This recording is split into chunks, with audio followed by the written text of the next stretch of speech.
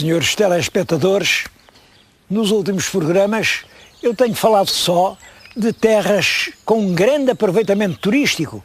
Falei-lhes em Sintra, na Rábida, em Alcobaça, em Guimarães. Bom, devo dizer que essa regra não é geral. Infelizmente, há terras igualmente bonitas e que estão tristemente desaproveitadas. São as gatas borralheiras do turismo português. Hoje vim a um desses sítios. Estou aqui no alto do castelo de Belvedere. Este castelo foi mandado construir pelo rei Dom Sancho I, portanto, isto será nos últimos anos do século XII, 1190 e tantos, cerca de 1200.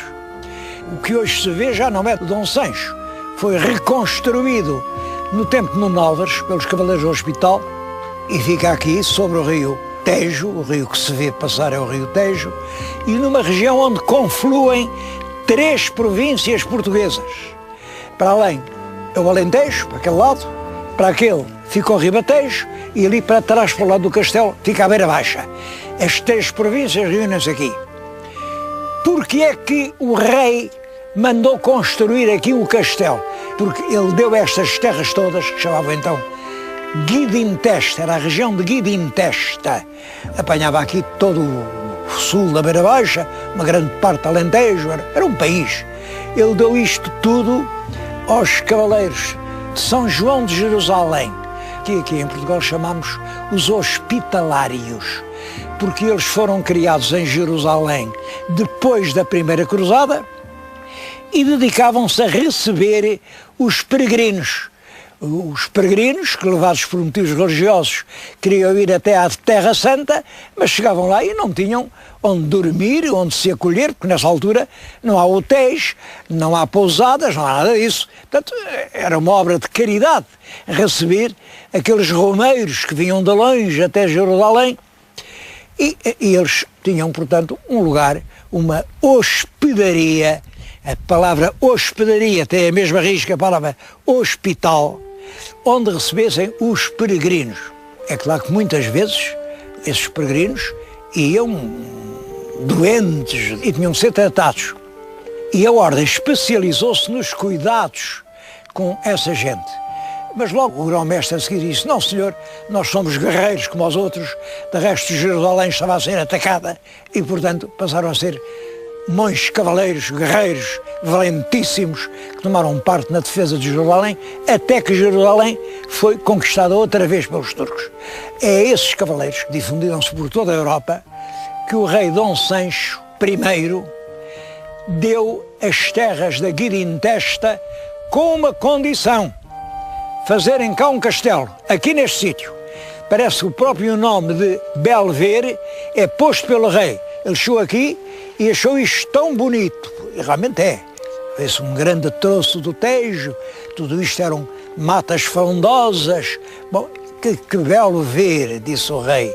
E o castelo chamou-se de Belo Ver até hoje. Parece que era uma vocação turística, mas não foi. Porque esses cavaleiros hospitalários não promoveram o progresso das terras que lhes pertenciam. E estava dividido em comendas. A comenda era dada pelo rei a um cavaleiro que tinha prestado bons serviços a quem era preciso remunerar. Portanto, ele instalava-se aqui, enriquecia, fazia o seu passo, mantinha os seus servidores, que eram cavaleiros, escudeiros, mesteiros, lavradores, dividia os terrenos em pequenas parcelas que não eram dadas, não eram vendidas, eram alugadas por um contrato de enfiteuse, eram afloradas. Portanto, se por uma vida ou 2 vidas, ou poucas vidas, uma família de colonos, e por isso os colonos também não estavam para fazer ali grandes obras, para meter grandes vinhas, para fazer valados, canalizar os rios, meter pomares, nada disso. Também a igreja, isto pertencia aos seus hospitalários, não ia ali fazer grandes templos. Portanto, nas terras das ordens nunca há grandes igrejas. Ficaram terras pobres. Pobres, enfim, eram agrícolas, havia aqui uma certa agricultura, mas eram sobretudo terras de floresta. Isto foi, até há pouco tempo, uma mancha florestal riquíssima. Simplesmente, no ano de 2003, um pavoroso incêndio devastou tudo isto, estava coberto de arvoredo denso, veio um incêndio durante vários dias e centenas de milhares de hectares ficaram reduzidos a cinzas. Até hoje não foi possível proceder ao replantamento, porque isso não é nada fácil. A terra está muito dividida, cada dono tem a sua ideia. Daqui resulta, olhem, que estamos num concelho, o concelho de Gavião, concelho grande, 300 km, uma população pequena, 5.000 habitantes, e o pior é que a tendência é para diminuir. A verdade é que a população está a desaparecer e, enfim, não se pode dizer que hoje este grande concelho, este pedaço de Beira, de Ribatejo e de Alentejo, esteja a viver os seus melhores dias. E todavia tem grandes atrações. Tem grandes atrações. Aqui o rio com pesca, o rio que se presta aos esportes náuticos, o rio que vai desde as portas de Ródão até Abrantes, lindíssimo. Podia andar aqui um comboio daqueles que deitam fumo, um comboio antigo, um comboio de turismo. É lindíssimo fazer esse passeio. Só este castelo enorme, estão de pé as paredes, mas por dentro não tem quase nada. Pois este castelo servia de uma grande atração. Podia estar aqui um museu do que foi a história dos cavaleiros de São João do Hospital de Jerusalém, desde a primeira cruzada, porque os cavaleiros estão muito ligados à história de Portugal. Os priores do hospital, olhem, um prior do hospital era pai do nosso Nuno Álvares, o prior do Crato foi candidato à coroa portuguesa. Tudo isso podia estar aqui contado dentro deste castelo. Vamos entrar, como vão ver, lá dentro não há quase nada, há pouco, mas mesmo desse pouco eu vou-lhes mostrar.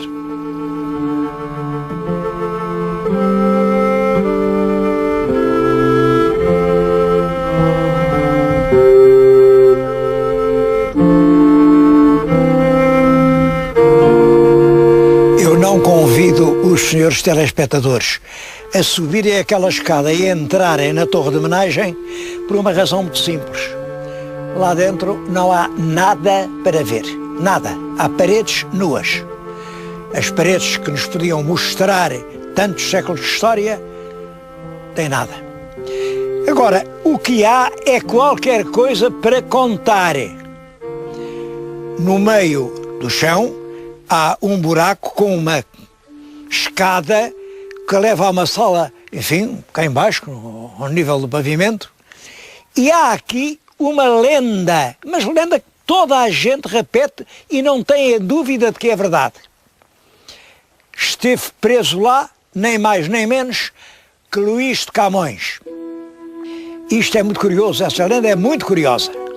Imaginem o Camões preso aqui em Belver. A gente pode garantir que isso não é verdade, isso nunca aconteceu, por uma razão. Luís Vaz de Camões era escudeiro do Conde de Linhares, que era o comendador-mor da Ordem de Cristo em Portugal. Portanto, Luís Vaz de Camões dependia da Ordem de Cristo, que é a sucessora dos antigos templários. Ora, este castelo não tinha nada a ver com a Ordem de Cristo. Este castelo era da Ordem do Hospital. Devo dizer que as duas ordens eram rivais constantemente. Portanto, um escudeiro da Ordem de Cristo nunca podia ter estado preso num castelo da Ordem do Hospital. É certo que Camões esteve preso, ele próprio o declara num soneto célebre: em prisões baixas fui um tempo atado, vergonhoso castigo dos meus erros. Ainda hoje, arrojando, levo os ferros que a morte a meu pesar já tem quebrado. É verdade, esteve preso, mas foi num castelo da Ordem de Cristo, o castelo na foz do rio Zézere com o rio Tejo. Era o antigo castelo de Constância.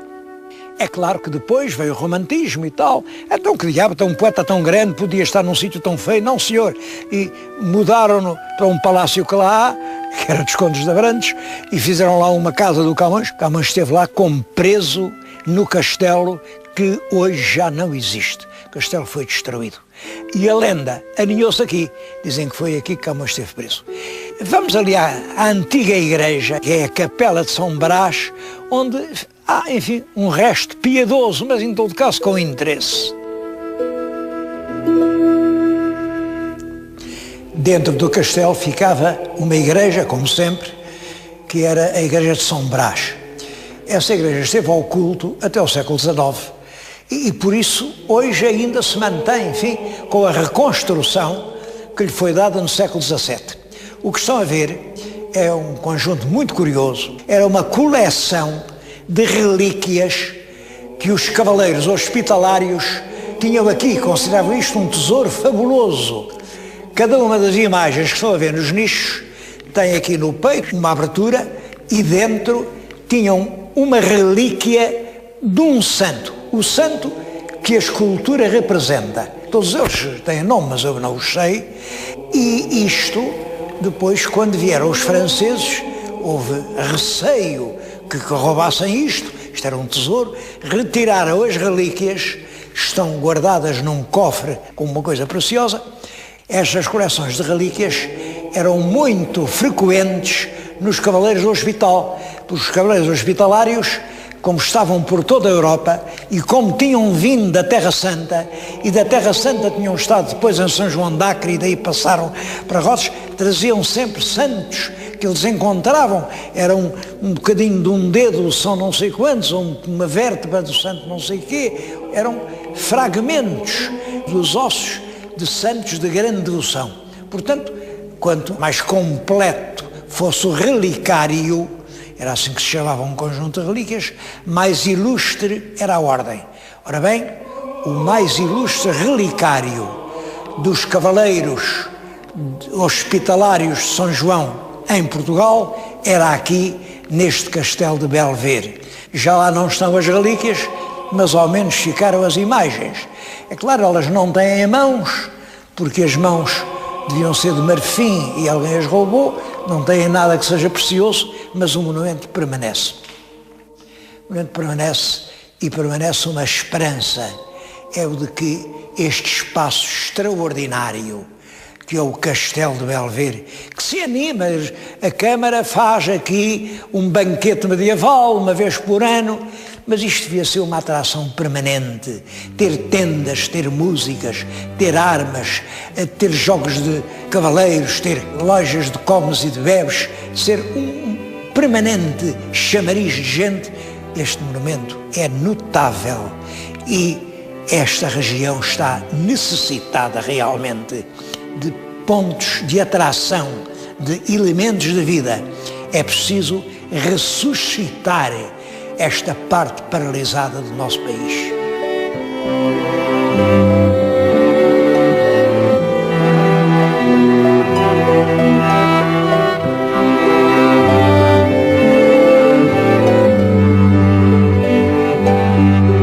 Um outro tesouro completamente desconhecido em Portugal é esta preciosa coleção de carruagens. Isto eram as viaturas que antecederam imediatamente o automóvel. Há aqui dezenas delas, preciosas, algumas únicas. Está ali uma ambulância da Primeira Guerra Mundial. 4 mulas podiam levar 4 feridos. Está ali o carro do Sr. Cardeal Patriarca. Estão aqui os carros do Dom Leão. É uma coleção única no país. Era uma pena se isto se perdesse.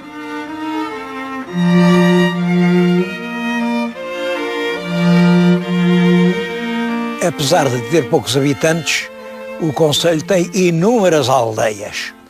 E eu hoje quis vir especialmente aqui à aldeia de Gracia. Há 2 de Gracias, a de Gracia de cima e a de Gracia de baixo.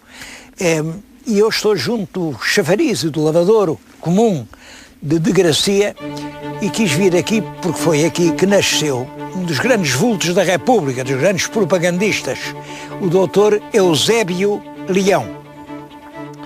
Eusébio Leão era filho aqui de lavradores remediados, pôde estudar em Coimbra, foi médico e, enfim, é a altura em que aparece com toda a força ao Partido Republicano e ele foi um dos grandes propagandistas da República.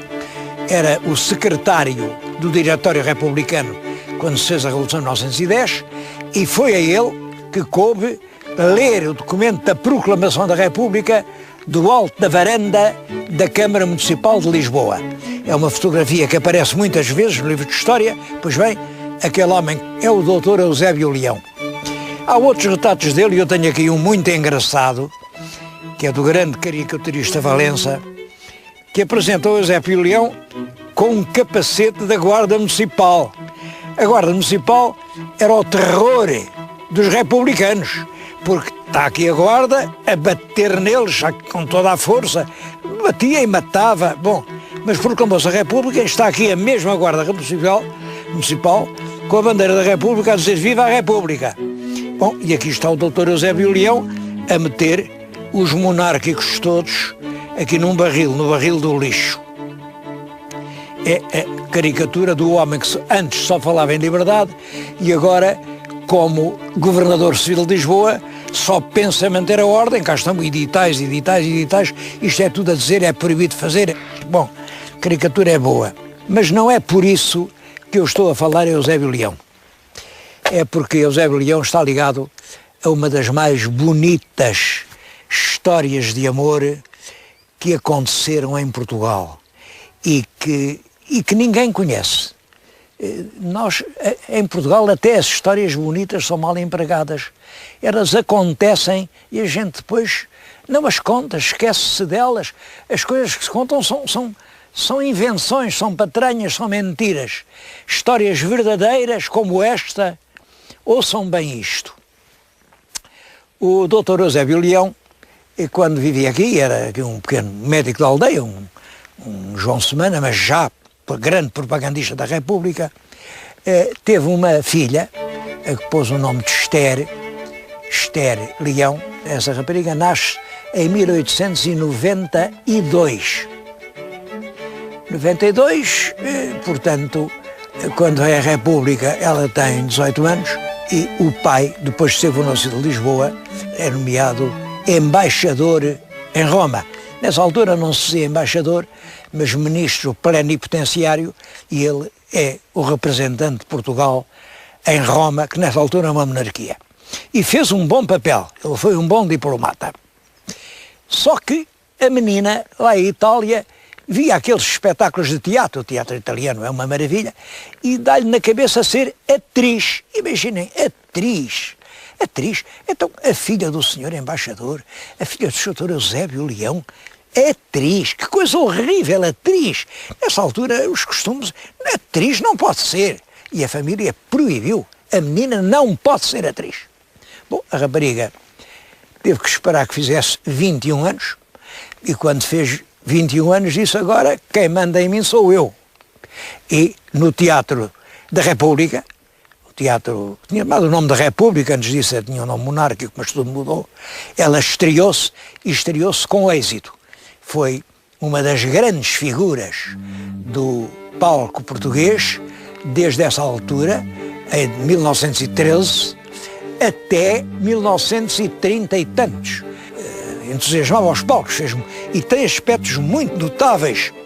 Uma das coisas de que ela estava convencida é de que não havia razão nenhuma para em Portugal se representar só teatro estrangeiro. Estava em moda as traduções da França, traduções da Inglaterra. Ela fez uma companhia própria e na companhia dela só se representavam originais portugueses. A certa altura, quando ela já tem 40 anos, é uma atriz famosa, vai a Coimbra numa turnê e dá um espetáculo em Coimbra, no Teatro de Coimbra. Ela tinha, sem ser uma mulher que se possa considerar muito bonita, tinha uma personalidade magnética, comunicativa. O público perante ela vibrava. E um estudante de Coimbra, um caloiro, viu-a representar e perdeu completamente a cabeça. Quando acaba o espetáculo, ele rompe lá pelos camarins, abre-lhe a porta, cobre-a de beijos, de cabeça perfeitamente perdida, e depois ela acabou a cena, mete-se no comboio, vai para Lisboa, ele compra bilhete, vai na própria carruagem dela, em Lisboa ela vai para um hotel, ela instala-se no hotel dela e nunca mais a largou. Ela, pouco depois, vai para o Brasil, numa turnê, ele no mesmo vapor vai atrás dela para o Brasil. É claro, há uma grande diferença de idades. Ele é um rapaz, é um caloiro da universidade, e ela é uma mulher que já passou há bastante tempo dos 40. Continua a ser bonita. Eles vão para o Brasil, ela representa ainda há algum tempo no teatro académico e tem grande sensação no Brasil, grande sensação. Mas depois deixa de ter idade para o palco e é então que Esther Leão se faz, no Rio de Janeiro, professora da arte de falar bem em português. Ela diz que é professora de declamação.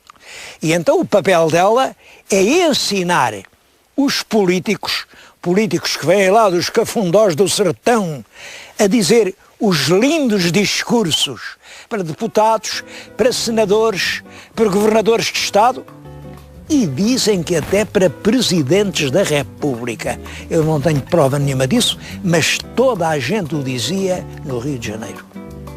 Quando eu fui pela primeira vez ao Rio, na altura da exposição, ainda vi esse estudante de Coimbra, que era o Leonardo Jorge, era um príncipe. Leonardo Jorge era um escritor finíssimo, um poeta de grande sensibilidade e um homem de uma grande elegância, e nessa altura era um homem jovem, alto, bonito. Bom, e trazia pelo braço, carinhosamente, mas como se trouxesse algo de precioso, como se trouxesse ali uma rainha, trazia uma velhinha já muito curvada sobre si própria, com uma bengalita, uma velhinha encarquilhada, parecia ter uma idade muito avançada. Depois soube que não tinha, porque ela morreu com 79 anos, portanto, tinha 70 e tantos, mas a boa idade não a poupou nada. Era uma velhinha e a gente via aquele par, Leonardo Jorge, trazendo a sua companheira de quase toda a vida. Diziam as más línguas que os tais discursos que a Esther Leão inventava, ensinava a declamar, não eram escritos pelos candidatos aos lugares. Eram discursos românticos, muito bonitos, que levavam o povo, mas quem escrevia os discursos era o Leonardo Jorge, que realmente escrevia, era um grande escritor, eu posso garanti-lo, conheço coisas dele. O Leonardo escrevia os discursos, a Esther ensinava a dizê-los e eles depois ganhavam as eleições. A velha atriz Esther Leão, durante cerca de 30 anos no Rio de Janeiro, ensina a falar corretamente o português, a abrir as vogais, a dizer completamente as frases. E eu acho que isso deixou rastro, isso ainda hoje se nota. Hoje, no Brasil, os académicos, os políticos, os presidentes fazem questão de articular o português com a mesma entonação, com a mesma solenidade, com a mesma abertura frontal com que eu estou aqui a falar. E isso deve-se, em grande parte, a Esther Leão e a vários atores e atrizes portuguesas que nos palcos do Rio de Janeiro ensinavam a falar corretamente a língua de Camões. Impressionou-me muito essa história e sinto que estou a cumprir um dever de gratidão e a prestar uma homenagem que até hoje era devida, mas não tinha sido prestada, a essa grande propagandista deste doce e grande falar que é o idioma português.